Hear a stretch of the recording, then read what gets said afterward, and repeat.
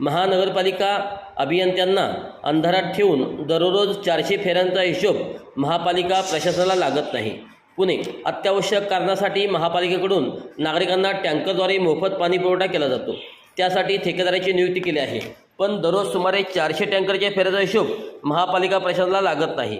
अभियंत्यांना अंधारात ठेवून हा पाणी पुरवठा केला जात आहे, त्यामुळे महापालिकेचे नुकसान होत आहे। हे प्रकार रोखण्यासाठी पाणी पुरवठा विभागाने नियम कडक करून अभियंत्याच्या सूचनेशिवाय टँकर कुठेही पाठवू नये असे आदेश दिले आहेत। पुणे महापालिकेकडून शहराच्या विविध भागात पाणी पुरवठा केला जातो, पण या यंत्रणेत बिघाड झाल्यास नागरिकांना पाण्याची टंचाई निर्माण होते।